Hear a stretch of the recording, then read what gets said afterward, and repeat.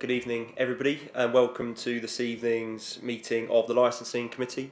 As part of the Chairman's introduction, this is a meeting of the Council held in public. It is not a public meeting. There is no fire drill planned, so if the fire alarm sounds, please leave by the exit nearest the large screen at the front of the room and proceed down the fire exit to the courtyard. Once it is safe to return, councillors will receive a text message. Officers will also advise when it is safe to return to the meeting. We are recording the meeting this evening using our webcasting system. The webcast will be transmitted live and will also be available on the Council's website following the meeting. All mobile devices should be switched off or set to silent so that the meeting is not interrupted by ringtones.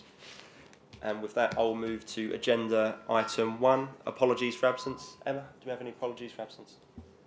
Thank you, Chairman. Apology received from Councillor Turner. Thank you. Thank you. Item number 2, declarations of interest. Do we have any declarations of interest? No. Moving on. Agenda item 3, minutes, confirmation of the minutes of the Licensing Committee held on the 29th of February 2024. Any comments on the minutes from that meeting? Are we happy to approve those as an accurate record? So all those in favour?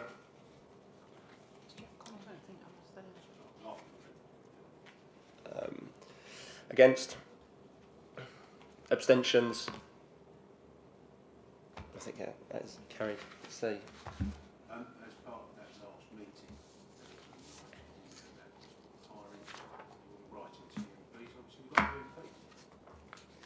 Will you be writing to the new MPs? So one of the MPs that was retiring, we've actually requested that be passed on to the new MP already, and then if there are any others, we'll rewrite back out again to those as well.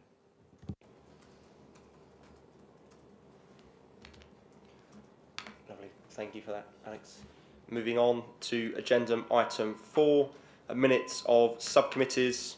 To note the minutes of the miscellaneous licensing subcommittee meetings held on the 28th of February 2024, 6th of March 2024, 27th of March 2024 and the 3rd of April 2024. Those are just for noting. Moving on to agenda item 5, review of Council Statement of Pavement Licensing Policy, Business and Planning Act 2020 pre-consultation, and I'll hand over to our licensing officer Alex to present her report. Thank you, Chair. So this report seeks authorisation to commence the consultation process on the revised Statement of Licensing Policy for pavement licensing. The temporary provisions enacted a response in COVID-19 pandemic in 2020 by the Business and Planning Act that have now become permanent, subject to some amendments by the Levelling Up and Regeneration Act. This came into force on the 31st of March 2024.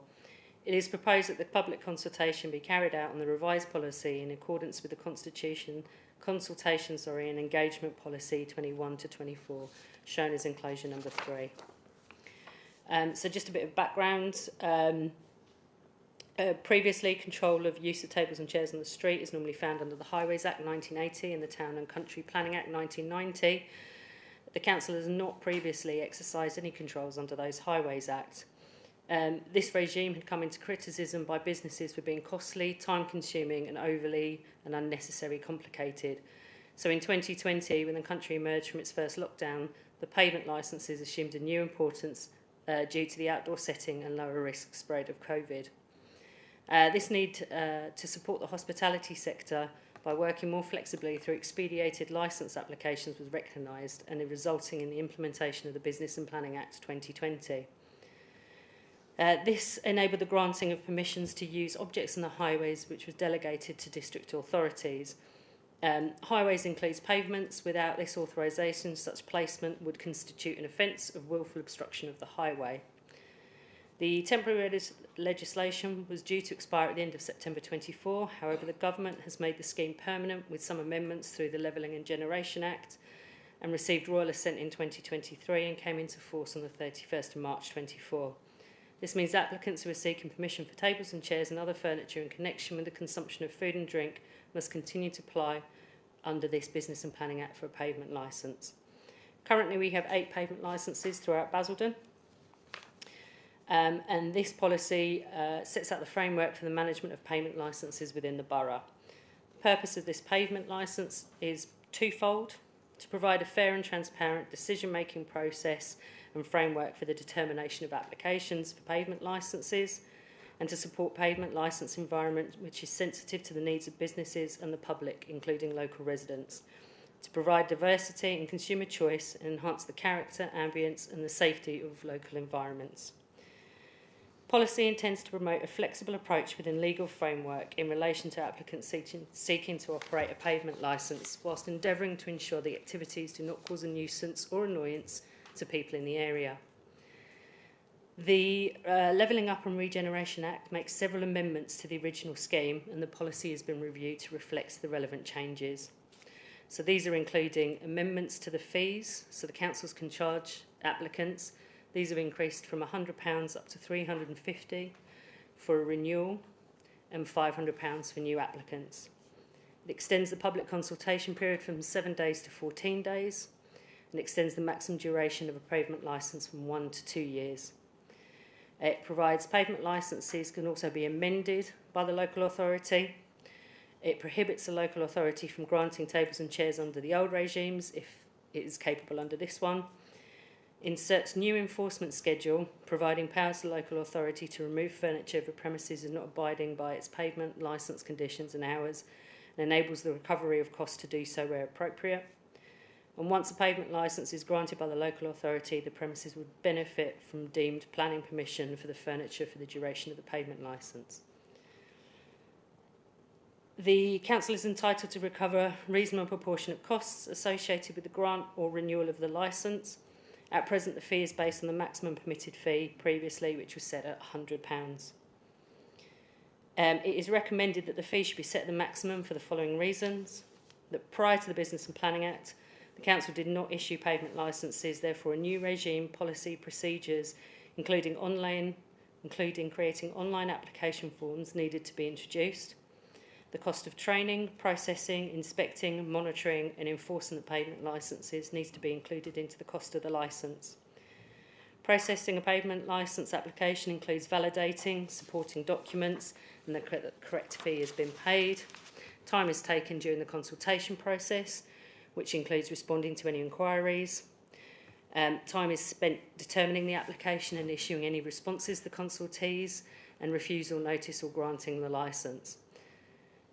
A new application or application where there is significant change for a previous application would also include additional time to look at the suitability of the proposed location, the numbers of chairs and tables and the merits of the application, such as any additional measures proposed by the applicant. We propose that the licences now be issued up to the maximum of 2 years, where previously they were only issued up for 1 year. And during this licence period, there will be the cost of inspecting, monitoring and enforcement of the pavement licences, which we didn't have those powers before. With updated enforcement powers, it anticipated that there will be additional time required by the officers. And this also includes the operation of internal appeal process through the miscellaneous licensing subcommittee. Fees will be kept under close review as the licensing regime is implemented to ensure appropriate cost recovery is being maintained. So for the consultation, it's proposed that we do a minimum of 6 weeks with statutory consultees and other relevant stakeholders. The responses will be compiled and a further report submitted to members in relation to the adoption of the final criteria. The consultation strategy is shown as enclosure number 3 and the timetable is shown as enclosure number 4. We've also proposed some delegations set out in enclosure number 5. So the recommendations are that, subject to any amendments required by the committee, the draft statement of licensing policy, pavement licensing, enclosure 2, be approved for the commencement of the consultation. That the consultation of the draft statement be carried out in accordance with the consultation strategy shown in enclosure number 3, and the proposed timetable for the consultation process be noted as set out in enclosure number 4, and the delegation of relevant responsibilities under the Act as shown as enclosure number 5. That's the end. Thank you. Thank you for your report, Alex. Now I'll move over to members. Any questions for the officer based on the report? Councillor Aldridge. Just a query as to the process. I've noted sort of 1 or 2 minus the typos. Do you want to go through this? If we go through each page, do we go through it, or do you want me to ask them? Do you want me to go through them now, or at some point? Is this you seeking clarification on potential spelling issues on the report, David, or Yeah. or Councillor? Yes. So basically, sort of, there's one or two that I think might be, one or two might just be the interpretation of it, and I'm not getting it correctly. In that case, Councillor Aldridge, fire away. Okay. First one, bottom of page 39, the final sort of paragraph. The implementation of an appropriate sort of policy and conditions. Third line down, sentence starts, the council will need to ensure that has appropriate operational processes. Shall that be it? Yeah, council. So that should be council, not council. We need to ensure that it has appropriate. Yeah. Yeah. Thank you. The next one I've got is on page 58.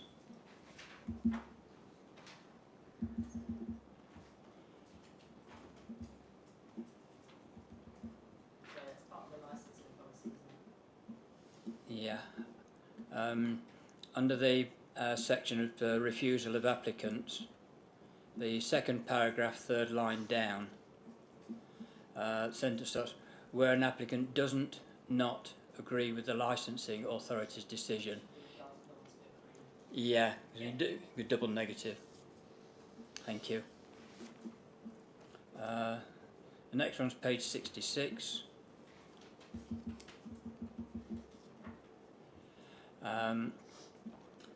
Towards the bottom, condition 16, again it's the third line down, starting removal of any, the licensees shall not permit or suffer the removal of any glassware used for the supply of refreshments provided by the public from the permitted area. That's almost as if it's the public that are actually supplying the alcohol, supplying to the glasses. Should it be so 2? Yeah, it should be 2. So yeah, number 16 I'm in that. Thank you. Page 67. Condition 24. This is more for my benefit. License must be displayed for the on the premises with a plan of the agreed layout of the pavement cafe. We've normally said all types of restaurants, cafes, bars, etc. Should there be a generic term for you, or is that one specifically for cafes? No, we can change that to pavement area rather than cafe. Pavement licence, yeah. Last couple, I've got 2 on page 68. Sorry, page 68. But yeah, page 68, which also implies that I've noticed it just now. It occurs on a couple of other pages as well. The under the condition relating to declare routes of access, the reference to the government websites page is out of date. When you click on it and go to it, it says this one has been withdrawn and a new one's been put in. And I've noted it occurs in several other places. Yep, I'll go in and check those links. These were existing conditions that we're updating following a consultation. Yeah, so I think there were new ones that came out around May, June time, so it's probably not so caught up with things. And the last one I've got is under the guidance on the effect of this condition, the second bullet point, the last line has this condition is not opposed on the licence. I think it actually sort of almost should be there because it's got different application, but I'm just wondering if there ought to be either a comma or a hyphen or something in there I think there should be a comma, so I'll put the comma in there. Thank you. and that's me finished. Thank you very much. Thank you, Councillor Aldridge. Yeah, I'm sure we'll tie those elements up as appropriate. Any questions to the officer or comments on the report or the recommendations? Councillor Allen. Thank you. On the local context, I think it's page 4 in the purple. Currently, Basildon Council does not issue table and chairs licensing under the Highways Act, which remains a function of Essex County Council. However, the Business and Planning Act 2020 placed responsibility on the issue of the pavement licences with the District Council. So what's the interaction there between the District Council and Essex County Council? So Essex County Council are a statutory consultee for the pavement licences, so we'll consult with Essex County Council in regards to the pavement licences. These are for furniture that can be removed. The pavement, the Business and Planning Act is for tables and chairs or furniture in relation to consumption of alcohol, consumption of food or drink. That is removable. The Highways Act is the ones for the non-removable furniture, which we don't issue licences under. That's for Essex County Council to do. If a business wants to put permanent tables and chairs outside, they apply to Essex County Council to fix them there. They want a permanent tables that don't move or permanent barriers. You know, you can get those heavy flower pots that don't move and things like that. That would need to come under the Highways Act, and we don't issue licences under the Highways Act. They'd need to go to Essex County Council. Somewhere further down the page, eligible businesses. So the eligible business is one that is for the sale of food or drink. What's the status for the people who put their wares out on the pavement? That doesn't fall under this. If they're falling within their curtilage of their business for putting their wares outside the front, that doesn't fall under this at all. It's literally for the consumption of food or drink. So if they've got a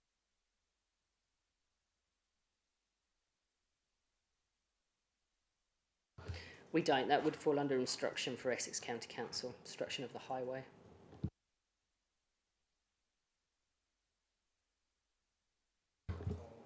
If the premises own its own piece of land, so say for example you've got a newsagents and they might put a stand outside the front with some magazines in it.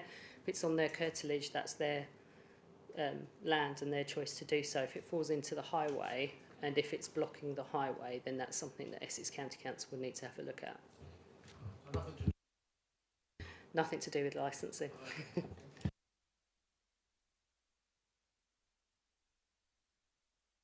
Thank you, Councillor Allen. Any other members wish to comment or have any questions for the officers? I think certainly before we go to the recommendations, I think certainly there's elements, certainly positive elements in this legislation brought in by the previous government. Certainly whether it's increasing the consultation time and the decision-making time for the local authority for pavement licences, whether it's giving local authorities teeth to go out and be proactive in enforcement, I think is a very positive step in giving the council power to act, and also equally important in allowing the council to recover its costs to a reasonable and proportionate extent as well, to ensure that council services kind of wash their own face. So I think many positives in this, and very supportive of the recommendations. I think kind of reading the room if members are happy to take the recommendations all together en bloc. So Emma, may I go to you to read out the recommendations and we'll go to the vote. Thank you.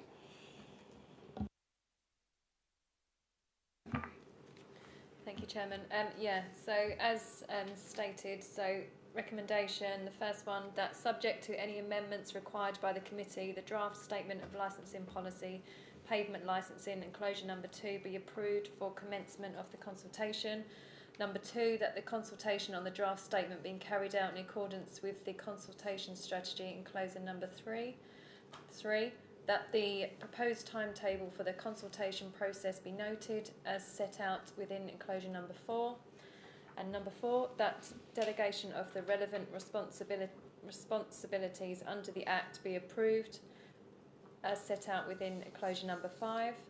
And 5, that the relevant fees be agreed in accordance with the maximum cost cap of £500 for new applications and £350 for renewal applications with immediate effect.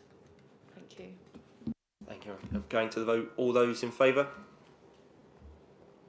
One more. Thank you. And that is approved unanimously. Moving on to agenda item 6, review of Council Statement of Licensing Policy, Gambling Act 2005, pre-consultation. And I'll go to Alex to deliver her report. Thank you, Chair. Yes, sorry, it's me again. So this report is to seek the authorisation to start the consultation process on the revised Statement of Licensing Policy for Gambling in accordance with Section 349 of the Gambling Act 2005. This requires each licensing authority to determine and publish a policy every 3 years. A prescribed formal consultation must be followed before the final policy is approved. It is proposed that a public consultation be carried out on the draft policy shown as enclosure number 2 in accordance with the consultation strategy shown in enclosure number 3. Members are asked to consider and comment on the draft statement and consultation strategy. So, as I've stated before, the Gambling Act places a statutory responsibility for all local authorities to be responsible for issuing various permissions, permits and notices relating to the use of premises for gambling activities. And the licensing authority is legally required to develop, consult on and publish the Statement of Licensing Policy, setting out the principles it proposes to apply when exercising its function under the Gambling Act, and in particular, the promotion of the licensing objectives. So these are prevention of gambling from being a source of crime and disorder, ensuring that gambling is conducted in a fair and open way, and protecting children and other vulnerable persons being harmed or exploited by gambling. Policy must be published every 3 years, although the statement can be reviewed on an annual basis and updated prior to the expiry of the 3 years if considered necessary. The current Statement of Licensing Policy was published on the 31st of January 2022, and the revised policy will therefore in turn need to be published by the 31st of January 2025. The Government introduced a gambling white paper in 2023 following a call for evidence which generated 16,000 submissions. The white paper set out the government's plans for modernising the regulation of the gambling sector, particularly in light of increased online gambling, and identified the need for more robust checks in the financial vulnerability of customers. Once this review is concluded, it's likely that there will be changes to the Gambling Commission's guidance issued to the local authorities, which in turn will have an impact on the Council's gambling policy. The Gambling Commission did inform the local authorities within Essex through a meeting that the conclusion of the national review is likely to fall during or after the determination periods for our policy review, which represented an unintended clash. There is, however, no intention to provide a national dispensation for this consequence. So the consistent approach across Essex is that it is proposed that to undertake a light touch review in 2024 to ensure that the authorities meets its legal obligation to publish its revised policy by the 31st of January 2025, and then commission a more comprehensive review following the publication of the Gambling Commission's updated guidance. This review is not likely to take place until 25-26, although it's not possible to predict a formal timetable at the moment. The draft policy remains largely unchanged from previous policy, except it now appears in its latest corporate policy format and reflects the latest census. The draft policy, as I said, is shown as enclosure 2, and where the minor changes, they're shown shaded in grey to highlight where these have been made. Currently, Basildon Council, as the licensing authority, has adopted a policy that each application for a casino will be considered on its own merit. Since this is a light touch review of the policy, at this stage it's not proposed that the matter be considered again until a later date. The proposed strategy and probable timetable for the consultation process appear respectively as enclosures 3 and 4, and this report and incorporate the good practice guidance on our consultation is set out below. The results of the consultation will be reported to the Licensing Committee later this year, and by law the final policy must be adopted by full council. The proposed statement must therefore be presented to full council no later than December 24 to allow sufficient time for the necessary publication and advertising to take place prior to the 31st of January 2025. So the recommendations are to subject any amendments required by the committee, authorise the commencement of the proposed consultation activity on the draft statement, shown as enclosure number 2, that the consultation on the draft statement be carried out in accordance with the consultation strategy, shown as enclosure 3, and that the proposed draft timetable of the consultation process be noted, shown as enclosure number 4. It's the end of my report, thanks. Thank you for that, Alex.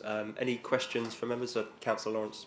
Yeah, not a question as such, but obviously I welcome this report. Time does seem to fly around very quickly when the reports seem to come around very quickly when we have to look at them again.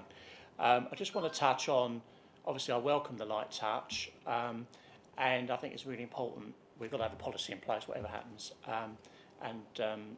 Looking at the Gambling Commission and their white paper that they did in 23, and obviously they haven't finished it yet. There is an emphasis on the digital age and on online protection that they seem to be looking at, in particularly background checks on people that are spending a lot of money online and doing some kind of credit check on them when they reach a certain limit. And there's in the 242-page document, there's also detail about harm to children and all kinds of things. So I think when we're up to speed and when they do produce the guidance, then obviously the full review will be needed. So we are lucky enough that in Essex we hold a joint licensing officers forum where we meet quarterly. As part of that forum, there is a representative from the Gambling Commission. So we're hoping for some closer updates further on in the year. The next forum is due in September, so we may have some better idea of dates come September. If not, it will be in the new year. So obviously we'll have some better dates for the committee, but the review will be extensive, we believe, following that white paper release. Thank you, Councillor Lawrence. Any other members wish to comment or ask any questions? Councillor Westwick. So just leading on from the report itself, obviously in the report it says obviously gambling to be carried out in a fair way. Now I'm sure obviously while people are out drinking in the local area, they're intoxicated and have the fruit machines and access to them very freely. Is there no way maybe something we could implement to be able to turn the fruit machines off earlier within the evenings to try and reduce the amount of money maybe being spent on the fruit machines? It's a novel idea. It's not something I've heard of before, so it could be something we could look into. I do know that they have to be located within eyesight of the bar, and there is a responsibility for that management and for the bars to be able to observe to make sure that there's no underage being in there, and obviously see if there's any vulnerable people sort of near it, if that's easily identified. But that is something we could possibly look into, and I can come back on a legal merit on that. I think it would be one of those things where each one would be on its own merit. If there is an issue within a premises, then that is something that could be looked at within the licence. When we speak to a licensee and look at those, they do have to apply for permits for those. So, if they don't have the correct permits, if they're not doing it correctly, it is part of our licensing review when we go and have a look at the premises. So, yeah, it's something we could take on board. Thank you, Councillor Westwick. Yes, Officer I'm sure that's something to be taken away and perhaps may even be covered under the new guidance we'll get from the Gambling Commission when it comes out. And of course, obviously, we'll have to wait and see how much that means we need to chop and change, renew and review. Any extra questions or comments for officers or on the report? Councillor Lawrence. Just picking up on Councillor Westwood, what he was saying, is there any way that we can feed his idea into the Gambling Commission's white paper? Consultation's already closed, I'm afraid, but I can go back in and have another look. I can approach them. You can approach we can approach them, and I can certainly raise it at the next joint licensing Essex Forum when we speak to the Gambling Commission and see whether that's something they could pick up and we could have a look at for sure. Thank you, Alex. Unless there are any extra comments, I think certainly kind of looking at the reports. Sorry, Councillor Allen. Paragraph 13.7 about primary authorities scheme. The last line says there's 4 primary authority arrangements. There's actually only 3 listed. What's the significance of those?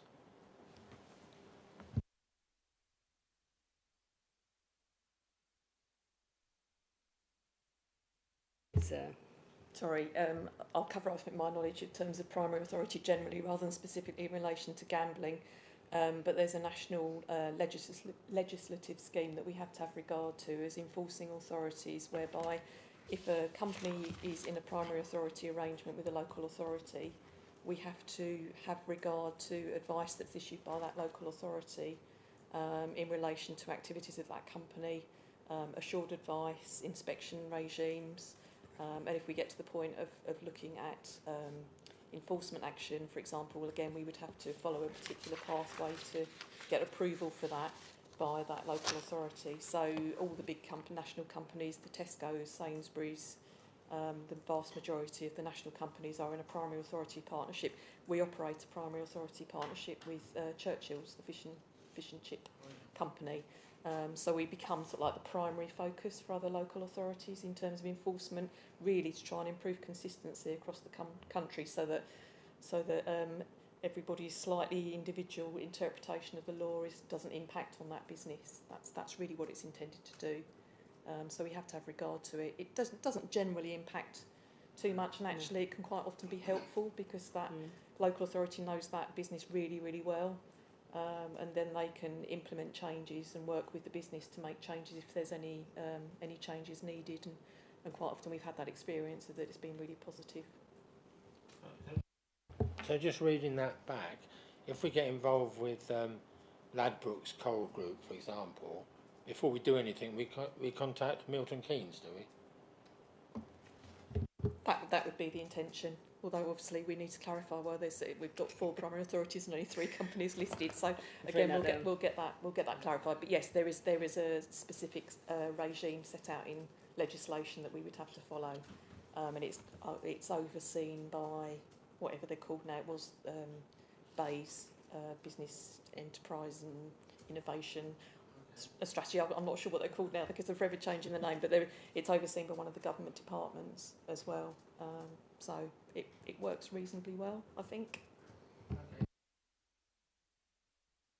Thank you, Councillor. Well, certainly, to comment myself, I note the staggered approach to consultations that officers are looking to do between the payment licensing policy discussed earlier and the Gambling Act 2005 consultation to ensure that we don't have too many consultations running at the same time, and to give residents an opportunity to review information, comment, and review information for other consultations.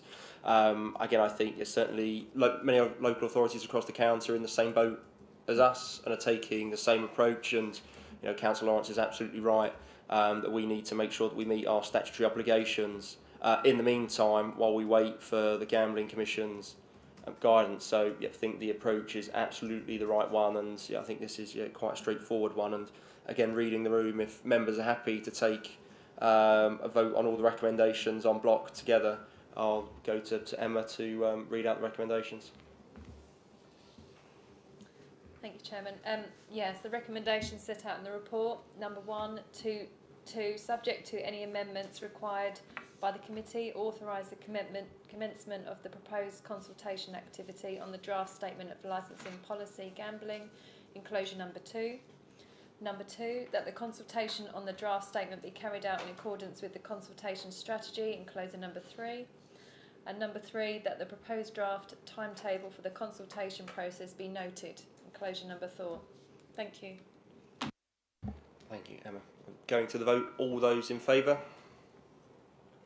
Lovely, and that is carried unanimously. Thank you, everyone. Although that's the last item of business on the agenda for this evening, if members will indulge me for a moment. Some of you may be aware that our head of environmental health will be leaving the council in August after 32 years of service to Basildon Council members and residents. And we know that, you know, the officers are the real unsung heroes, putting in the hard yards behind the scenes, and without them, you know, our services wouldn't run. And I'm sure I speak for the whole committee and everyone across, you know, the chamber on the full council in putting on record our thanks to Rachel for all of her hard work, dedication and service to this borough over the last 32 years. I know her colleagues speak ever so highly of her, how kind she is, how supportive she is, how professional she is, and that her knowledge and understanding of her field really is unrivaled, and that Rachel, I think you really will be missed. And so, yeah, for a big thank you from everyone. I'm not sure if there's anyone else who'd like to speak. Certainly handing over to you, Keith.